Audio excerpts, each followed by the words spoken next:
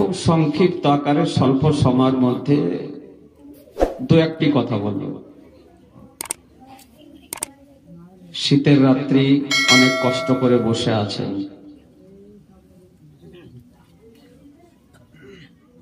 মিলাদ শরীফ আমরা বলি, আমাদের দেশে প্রচলিত আছে, আমরা বলি মিলাদ শরীফ, নাকি বলেন? মিলাদ শরীফ কোন দেশে বলে মিলাদ শরীফ, কোন দেশে বলে মাউলুদ শরীফ, আর কোন দেশে বলে বিলাদাত শরীফ। এই তিনটি শব্দ, একটি মিলাদ, মাউলুদ, বিলাদাত।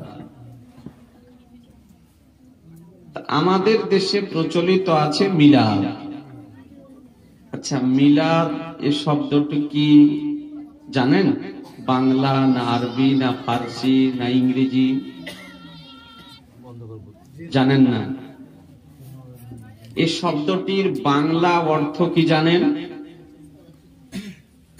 একটু হানা করেন না, জানেন না?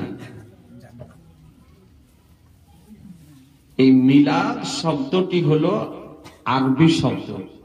কি শব্দ বললাম? আরবি শব্দ।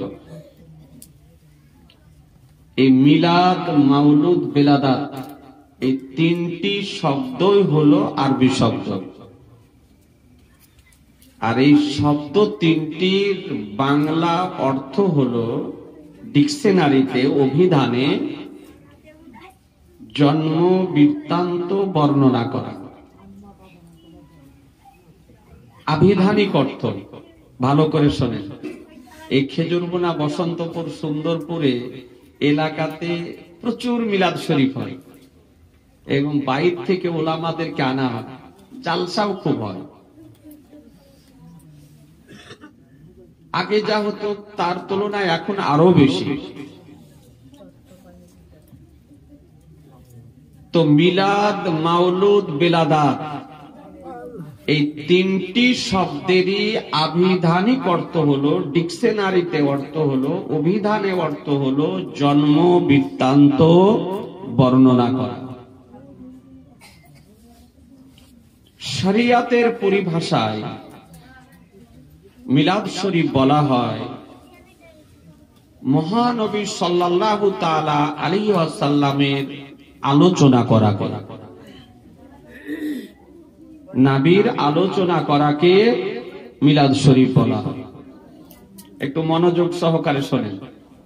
নাত শরীফ, গজাল, মানকাবাত শুনে একেবারে ব্রেনকে সতেজ করে রেখেছেন।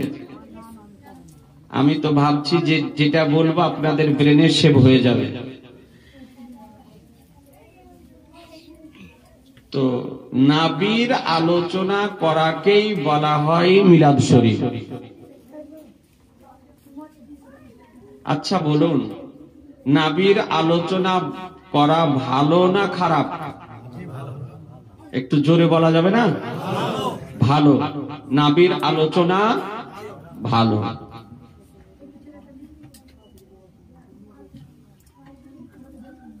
যদি কোনো ব্যক্তি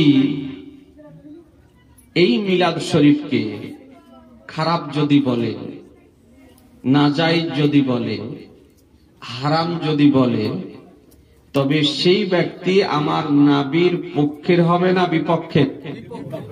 বিপক্ষের হবে।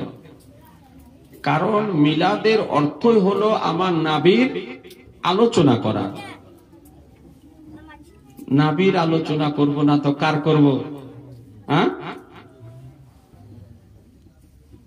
তাহলে যারা বলবে মিলাদের বিপক্ষে, নাজায়েজ ও হারাম বলবে, জেনে নিতে হবে যে এরা নবীর পক্ষের ব্যক্তি নয়, এরা হলো ইহুদি খ্রিস্টানদের দালাল। মিলাদ শরীফ, এই মিলাদ শব্দটি হাদিসে আছে না নাই? আছে। এটা আমাদের তৈরিকৃত নয়, এটা হাদিসের ভাষা। উঠিয়ে দেখুন, সিহা সিত্তার মধ্যে একখানা হাদিস, যার নাম হলো তিরমিজি শরীফ। এই তিরমিজি শরীফের দ্বিতীয় খণ্ডের 202 পৃষ্ঠায় ইমাম তিরমিজি রাহমাতুল্লাহ আলাইহি একটি অধ্যায় নিয়ে এসেছেন, বাবু মিলাদিন নবী সাল্লাল্লাহু তাআলা আলাইহি ওয়াসাল্লাম, অর্থাৎ নবী সাল্লাল্লাহু তাআলা আলাইহি ওয়াসাল্লামের মিলাদ শরীফের অধ্যায়। এরা মিলাদ খুঁজে পায় না, অথচ তিরমিজি শরীফে এই মিলাদ শব্দটি আপনার রয়েছে। এবং এই অধ্যায়ে ইমাম তিরমিজি রাহমাতুল্লাহ আলাইহি আমার নবী সম্পর্কে, মিলাদ শরীফ সম্পর্কে একাধিক হাদিস শরীফ আনয়ন করেছে, সব নবীর আলোচনা। এরা নবীর আলোচনা খুঁজে পায় না, এটা দুঃখের বিষয়। আজিজানে মোহতারাম,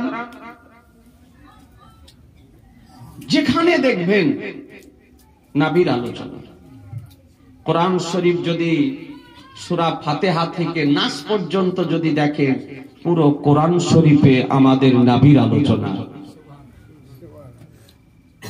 যে হযরত ঈসা আলাইহিস সালামের প্রতি আসমানি গ্রন্থ ইনজিল অবতীর্ণ হয়েছিল, তাতেও নবীর আলোচনা ছিল। হযরত দাউদ আলাইহিস সালামের উপরে যে আপনার জাবুর অবতীর্ণ হয়েছিল, তার মধ্যেও আমার নবীর আলোচনা ছিল। হযরত মুসা আলাইহিস সালামের উপরে যে তাওরাত অবতীর্ণ হয়েছিল, আসমানি গ্রন্থ, তাতেও নবীর আলোচনা ছিল। আসমানি গ্রন্থ, আসমানি সাহিফা, যেগুলো আমাদের মহানবীর পূর্বে অন্যান্য আম্বিয়াগণের প্রতি অবতীর্ণ হয়েছিল, সেগুলি নিয়েও আমাদের নবীর আলোচনা ছিল। নবীর আলোচনা বুখারী উঠিয়ে দেখুন, নবীর আলোচনা। মুসলিম শরীফে নবীর আলোচনা, আবু দাউদ শরীফে নবীর আলোচনা, তিরমিজি শরীফে নবীর আলোচনা, ইবনে মাজাতে নবীর আলোচনা, মাজমাউজ জাওয়াইদে নবীর আলোচনা, মুআজামুল কবিরে নবীর আলোচনা, সুনানুল কুবরা লিল বাইহাকিতে নবীর আলোচনা, মুসনাদে আহমদে নবীর আলোচনা। এক কথায় পৃথিবীতে যত হাদিসের গ্রন্থ অবতীর্ণ হয়েছে, তাতে আপনি নবীর আলোচনা পাবেন। নবীর আলোচনা। আজিজানে মোহতারাম, তো যেখানে নবীর আলোচনা করা ভালো, নবীর আলোচনা হাদিসে কোরআনে রয়েছে, তাহলে মিলাদ ভালো না খারাপ? একটু জোরে বলতে হবে যে ভালো। মিলাদ শরীফ ভালো। যেখানে মিলাদ শরীফের আলোচনা হয়, এ মিলাদ শরীফে কি আলোচনা হয়? আমাদের মহানবী সাল্লাল্লাহু তাআলা আলাইহি ওয়াসাল্লামের পৃথিবীতে আগমনের পূর্বের আলোচনা করা হয়। মহানবীর মায়ের পেটে অবস্থান কালের অলৌকিক ঘটনাবলীর আলোচনা করা হয়। মহানবীর পৃথিবীতে আগমন কালের অলৌকিক ঘটনাবলীর আলোচনা করা হয়। মহানবীর বাল্য জীবনের আলোচনা করা হয়, শিশু জীবনের আলোচনা করা হয়, আজকে মাক্কি জীবনের আলোচনা করা হয়, মাদানী জীবনের আলোচনা করা হয়, মহানবীর বিশেষত্বের আলোচনা করা হয়, বৈশিষ্ট্যতার আলোচনা করা হয়, চরিত্রের আলোচনা করা হয়, আদর্শের আলোচনা করা হয়, আখলাক তাহজিব ও তামাদ্দুনের আলোচনা করা হয়, নবীর আকওয়াল আফআলের আলোচনা করা হয়, নবীর কর্ম সমূহের আলোচনা করা হয়, নবীর বৈবাহিক জীবনের আলোচনা করা হয়, নবীর সাংসারিক জীবনের আলোচনা করা হয়। এক কথায় নবী যে পৃথিবীতে 63 বছর বাহ্যিক ভাবে সর্ব শ্রেণীর মানুষের সম্মুখে ছিলেন, এই জীবনের আলোচনা করা হয়। এরই নাম হলো মিলাদ শরীফ। এরই নাম হলো মিলাদ শরীফ। আজিজানে মোহতারাম, আজকে আপনাদেরকে বলতে চাই, নাবির মিলাদ শরীফে নাবির আগমনে জমিন আনন্দিত ছিল, নাবির আগমনে আকাশ উৎফুল্লিত ছিল, নাবির আগমনে আজকে পৃথিবী আনন্দিত ছিল। কিন্তু মুসলমান, নাবির আগমনে একজন ব্যক্তি কান্না করতেছিল, একজন ব্যক্তির শরীরে জ্বালা শুরু হয়েছিল, একজন ব্যক্তি দুঃখিত ছিল, একজন আপনার ক্রন্দন করতেছিল। তার নাম কি জানেন? জানেন না? তার নাম হলো ইবলিস, তার নাম হলো শয়তান। সারা পৃথিবী নাবির আগমনে আনন্দিত ছিল, কিন্তু ইবলিসের শরীরে জ্বালা ধরেছিল, ইবলিস ক্রন্দন করতেছিল। আজও আলহামদুলিল্লাহ আমাদের মহানবীর আগমন দিন যখন জাকজমক সহকারে সারা পৃথিবীতে পালিত হয়, আহলুস সুন্নাত ওয়াল জামাত উচ্ছ্বাস প্রকাশ করে, আনন্দ প্রকাশ করে, খুশি প্রকাশ করে।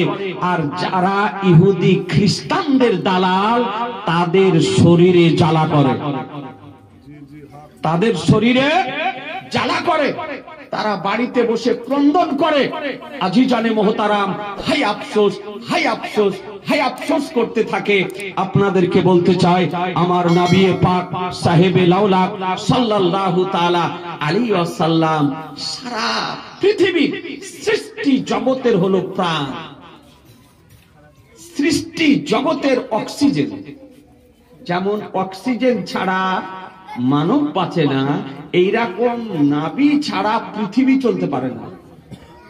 আল্লাহ তাআলা আমাদের নবীকে সমগ্র পৃথিবীর অক্সিজেন করে প্রেরণ করেছেন।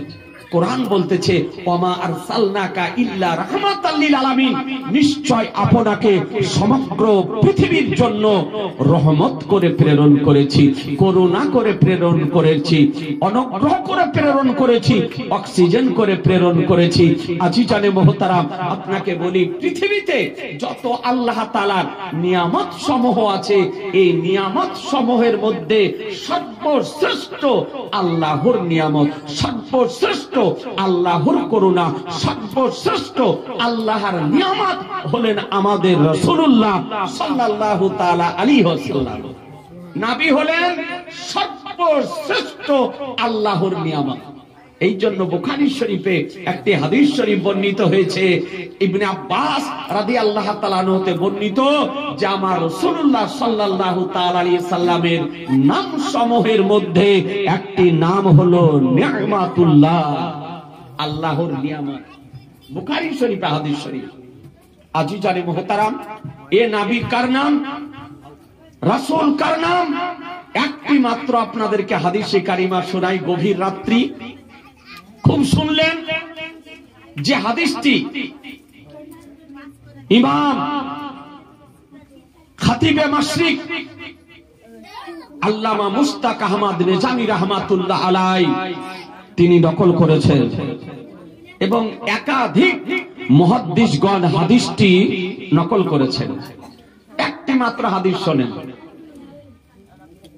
প্রতিটি মিলাদে যদি একটি করে হাদিস মুখস্থ করেন, তো যদি 30টি মিলাদ শরীফে 30টি হাদিস যদি মুখস্থ করেন, তো মাদ্রাসায় না পড়ে আপনি হাদিসের জ্ঞান লাভ করতে পারবেন।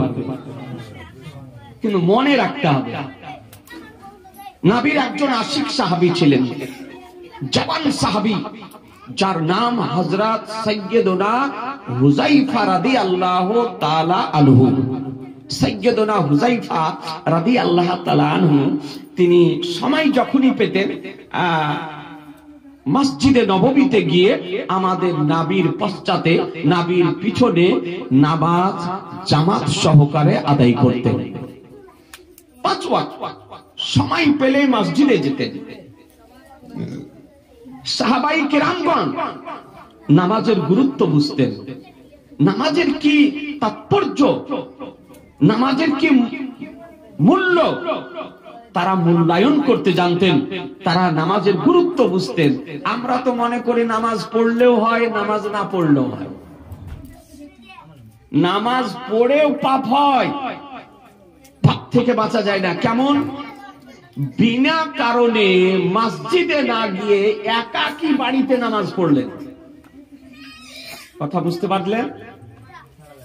নামাজ পড়ছেন আপনি 5 ওয়াক্ত, কোন কারণ নেই, মসজিদ যেতে পারবেন, জামাতে অংশগ্রহণ করতে পারবেন, কিন্তু অলসতার কারণে মসজিদে জামাতে উপস্থিত না হয়ে একা একা বাড়িতে নামাজ পড়ছেন। তো এই নামাজ পড়ার পরও আপনার পাপ হবে, গুনাহ হবে। কেন? ইচ্ছাকৃত জামাত ত্যাগ করার কারণে। আপনি যে জামাত ত্যাগ করলেন, এই জামাত ত্যাগ করার কারণে আপনার গুনাহ হবে। তবুও সে ব্যক্তি হবে ফাসিকে মুলিন। যদি শরঈ কারণ থাকে তবে মাপ আছে, আর যদি শরঈ কারণ না থাকে তবে আপনাকে মসজিদে গিয়ে জামাত সহকারে নামাজ আদায় করতে হবে। এই জন্য ফতোয়ার কিতাব, কিতাবটির নাম ফাতাওয়ায়ে শামীম, 12 খণ্ডে বিভক্ত হানাফি মাযহাবের কিতাব। সেই কিতাবের মধ্যে ফতোয়া বর্ণিত হয়েছে, আল জামাতু সুন্নাতুন মুআক্কাদাতুন লিররিজাল। জামাত সুন্নাতে মুআক্কাদা, পুরুষদের জন্য। পুরুষদের জন্য জামাত সুন্নাতে মুআক্কাদা। হেদায়া নামক একটি মসলার কিতাব আছে, গুরুত্বপূর্ণ কিতাব, যে কিতাবটি প্রত্যেক হানাফি মাযহাব মান্যকারীদের মাদ্রাসায় পড়ানো হয়। মাদ্রাসা, ক্যালকাটা মাদ্রাসা বোর্ডেও গৃহীত কিতাব। সেই কিতাবের মধ্যে একটি মসলা বর্ণিত হয়েছে, আল জামাতু সুন্নাতুন মুআক্কাদাতুন। জামাত হলো সুন্নাতে মুআক্কাদা। বাইনে সুতুর 2 লাইনের মিডিলে লেখা আছে কারিবুল অজিব, অজিবের কাছাকাছি। বিনা কারণে জামাত ত্যাগ করা যায় না। আপনাকে জামাতে অংশগ্রহণ করতে হবে, জামাতে নামাজ আদায় করতে হবে। তো এই জামাতের গুরুত্ব সাহাবায়ে কেরামগণ বুঝতেন।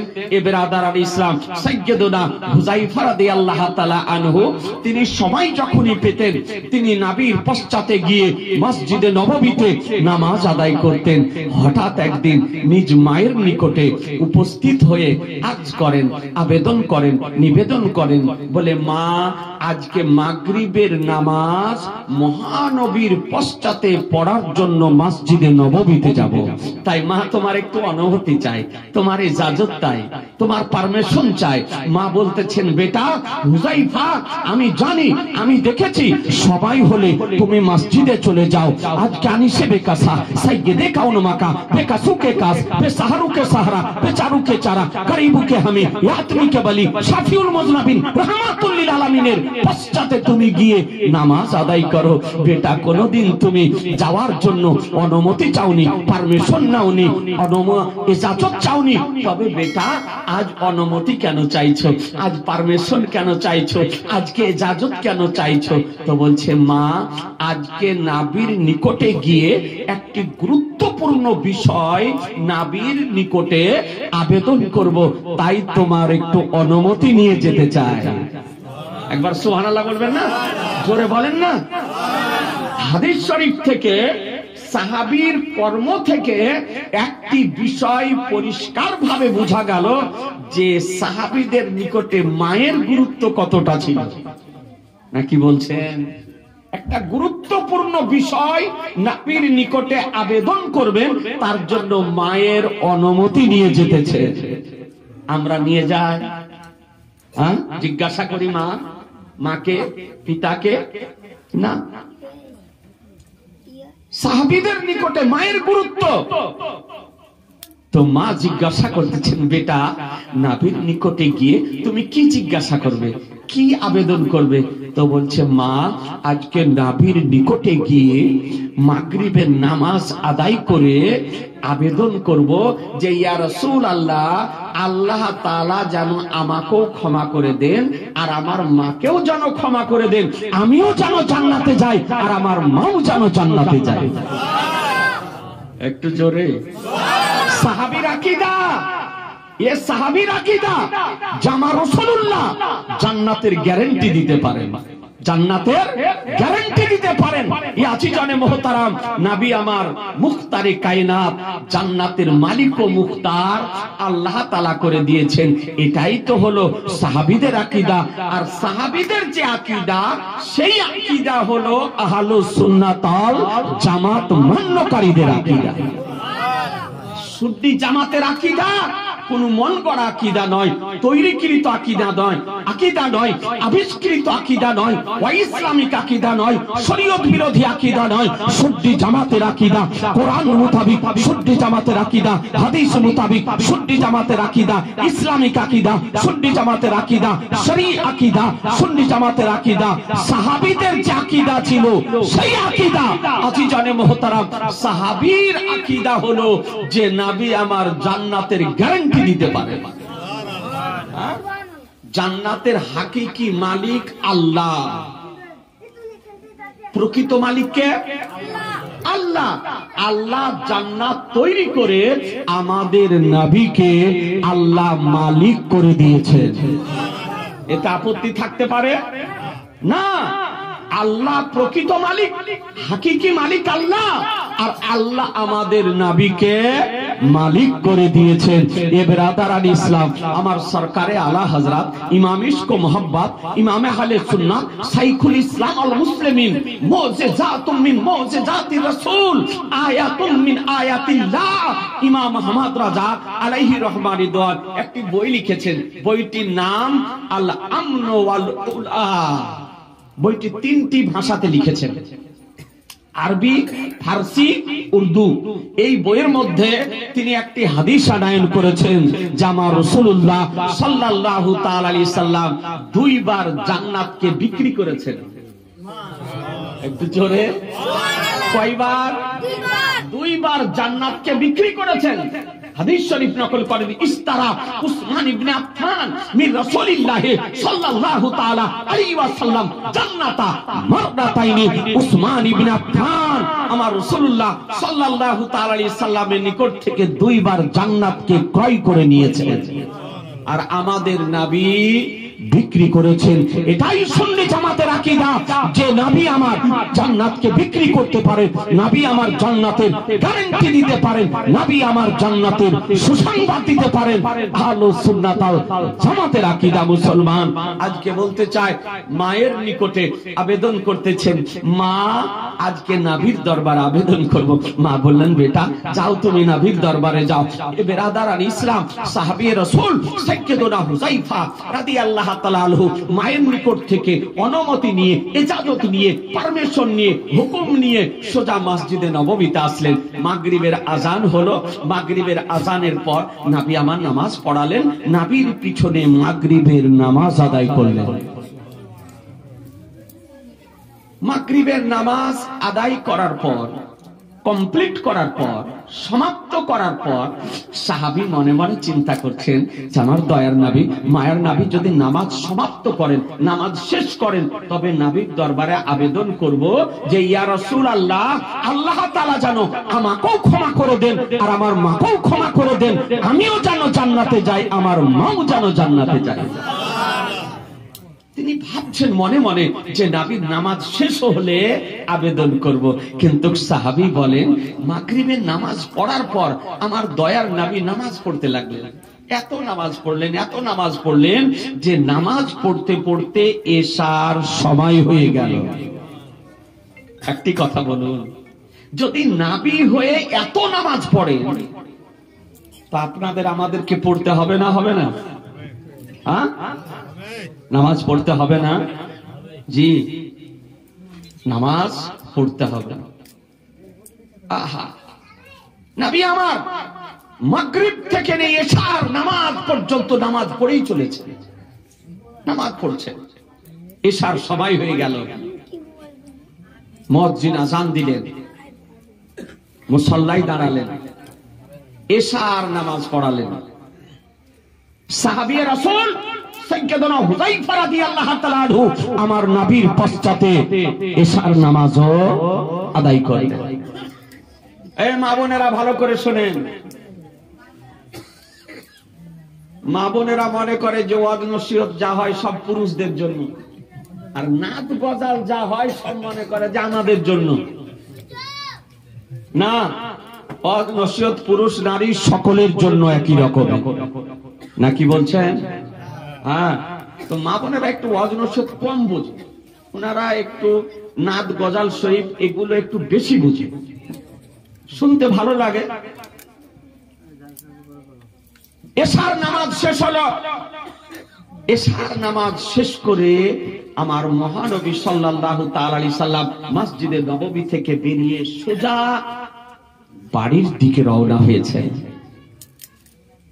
তো সাহাবী রাসূল সাইয়্যিদুনা হুযায়ফা রাদিয়াল্লাহু তাআলা আনহু তিনি নবীকে না ডেকে নবীর পিছনে পিছনে ধীর গতিতে চলতেছে, পায়ের যেন আওয়াজ না হয়, শব্দ যেন না হয়, ধীর গতিতে চলতেছে। নবী আমার আগে আগে চলছেন, সাহাবী পিছনে একটু চলে যাচ্ছে, একটু দোয়া টোয়া করে যায় না? এসো, এই দোয়া করবো এখন। এই বাবুর বিরাট আশা যে হুজুর এসে একটু দোয়া করে দিয়ে যান, তো দোয়া করবে, তো তাই একটু দু চারটা কথা আপনাদেরকে শোনাই। ব্রাদার ইসলাম, নবী আগে চলছেন, সাহাবী পিছনে। আপনাদের আমাদের মতো মানুষ হলে বলতো ইয়া রাসূলুল্লাহ দাঁড়ান একটি কথা বলবো, নাকি?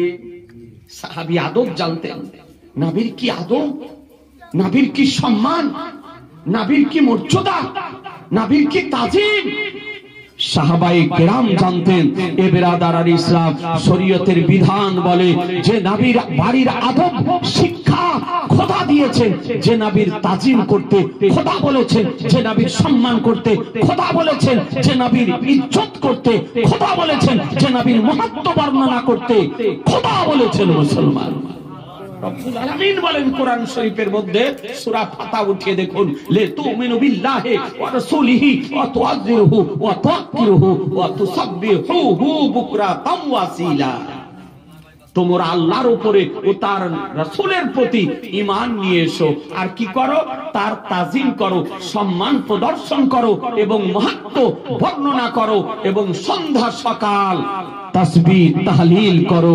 এ বেরাদার আল ইসলাম, প্রথমে ঈমানের কথা, তারপরে নবীর সম্মানের কথা, তারপরে হলো ইবাদতের কথা। এই আয়াত থেকে বোঝা যায় ইবাদত প্রথমে না, নবীর সম্মান প্রথমে। নবীর সম্মান প্রথমে আগে, পরে হলো ইবাদত। যে ইবাদতে নবীর সম্মান নেই, নবীর মহব্বত নেই, ও ইবাদত নেই। নামাজ যদি পড়েন নবীর মহব্বতে পড়েন, রোজা যদি রাখেন নবীর মহব্বতে রাখেন, যাকাত যদি দেন নবীর মহব্বতে দেন, হজ যদি করেন নবীর মহব্বতে করেন, রুকু যদি করেন নবীর মহব্বতে করেন, সাজদা যদি করেন নবীর মহব্বতে করেন, ইবাদত যদি করেন নবীর মহব্বতে করেন, বিআদাত যদি করেন নবীর মহব্বতে করেন, কসম খোদার ওই ইবাদত খোদার দরবারে কবুল হবে, খোদার দরবারে আর কবুল হবে। আর যে ইবাদতে নবীর শরণ নাই, নবীর মহব্বত নাই, এ বেরাদার আল ইসলাম ইবাদতে গণ্য হবে না। এই জন্য তো বেরাদার আল ইসলাম আপনাদেরকে বলতে চাই, একটি কিতাব মার্কেটে পাওয়া যায়, কিতাবটির নাম হলো সিরাতে মুস্তাকিম। কিতাবটির লেখক ইসমাইল দেহলভী। এই পাগল জানে না, সাধারণ মানুষ জানে না। এই ইসমাইল দেহলভী, যে ইসমাইল দেহলভী অখণ্ড ভারতবর্ষের বুকে ওয়াহাবি ফিতনার জন্ম দিয়েছে। মুসলমান ভাইয়ে ভাইয়ে দ্বন্দ্ব লাগিয়েছে, মুসলমানে দ্বন্দ্ব লাগিয়েছে, মুসলমানকে বেঈমান করেছে। আজকে কে? এই ব্যক্তিটির নামই হলো ইসমাইল দেহলভী।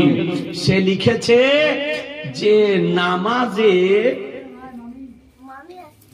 গরু গাধার খেয়াল যদি আসে তো নামাজ হয়ে যাবে।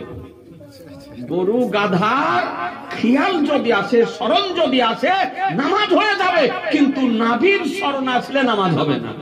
নাউজুবিল্লাহ। জোরে বলেন না নাউজুবিল্লাহ। অর্থাৎ গরু গাধার খেয়াল অপেক্ষা নাভির খেয়াল হচ্ছে নিকৃষ্ট। নাউজুবিল্লাহ।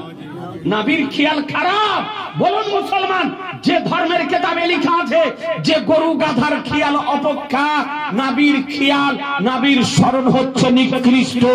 গরু গাধার খেয়াল আসলে নামাজ হবে, নাভির খেয়াল আসলে নামাজ হবে না।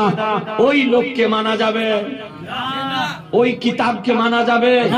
কিতাব বাড়িতে রাখা দরকার না, চৌরঙ্গিতে আগুন লাগিয়ে জ্বালিয়ে দেওয়া দরকার। এদের আবার ইসলাম ওই যে দল তৈরি করেছে, ওই ইসমাইল দেহলভির তৈরিকৃত দলে যাওয়া যাবে, ওকে মান্য করা যাবে জি না। মুসলমান, আপনাদেরকে বলতে চাই, এ ওয়াহাবি ফিতনার জন্মদাতা হলো, তারই নাম হলো ইসমাইল দেহলভি। তো ঘৃণিত কথা বলেছে, কিন্তু খাদিয়ে ছুটিয়ে দেখুন এ বেরাদার, তাদের সঙ্গে আমাদের পার্থক্য, আমাদের আকীদা হলো যে ও নামাজ, যে নামাজে নাবির খেয়াল যদি না আসে তো নামাজ নামাজই নয়। আপনার নামাজ তখনই নামাজ হবে যে নামাজে নবীর খেয়াল আসবে, নবীর ইশক আসবে, নবীর প্রেম আছে, নবীর মহব্বত আছে। সে নামাজ আপনার নামাজ হিসাবে খোদার দরবারে কবুল হবে। এই জন্য তো আমার মহানবী বলেন, সাল্লু কামা রাআইতুমুনি উসাল্লি, বলে তোমরা নামাজ পড়ো যেমন ভাবে আমাকে নামাজ পড়তে দেখছো। বেরাদার, নবী বলছেন তোমরা নামাজ পড়ো যেমন ভাবে আমাকে নামাজ পড়তে দেখছো। তাহলে বোঝা গেল মুসলমান, আপনি নামাজ কেমন করে পড়বেন, নবী যেমন করে পড়েছেন। কিয়াম কেমন করে করবেন, নবী যেমন করে করেছেন। কিরাত কেমন করে করবেন, নবী যেমন করে করেছেন। রুকু কেমন করে করবেন, নবী যেমন করে করেছেন। তাসবিহ কেমন করে পড়বেন, নবী যেমন করে পড়েছেন। সাজদা কেমন করে করবেন, নবী যেমন করে করেছেন। তাশাহুদ কেমন করে পড়বেন, নবী যেমন করে পড়েছেন। এ বেরাদারান ইসলাম, এক কথায় ইবাদত কেমন করে করবেন, তো নবী যেমন করে করেছেন। তো যখন আপনি নবীর স্মরণে ইবাদত করবেন তখন নবীর স্মরণ আসবে না আসবে না? এই জোরে বলেন, আসবে না আসবে না? আসবে। কিয়াম যখন করবেন নবীর স্মরণ আসবে, রুকু যখন করবেন নবীর স্মরণ আসবে, কিরাত যখন করবেন নবীর স্মরণ আসবে, তাসবিহ যখন পড়বেন নবীর স্মরণ আসবে, আজকে তাশাহুদ যখন পড়বেন নবীর স্মরণ আসবে, সালাম যখন ফিরাবেন কসম খোদার নবীর স্মরণ আসবে। ওয়াহাবিদের আকীদা যে নবীর স্মরণ আসলে নামাজ হবে না, আর সুন্নিদের আকীদা যে নামাজে নবীর স্মরণ না আসলে নামাজ মুকাম্মাল হবে না।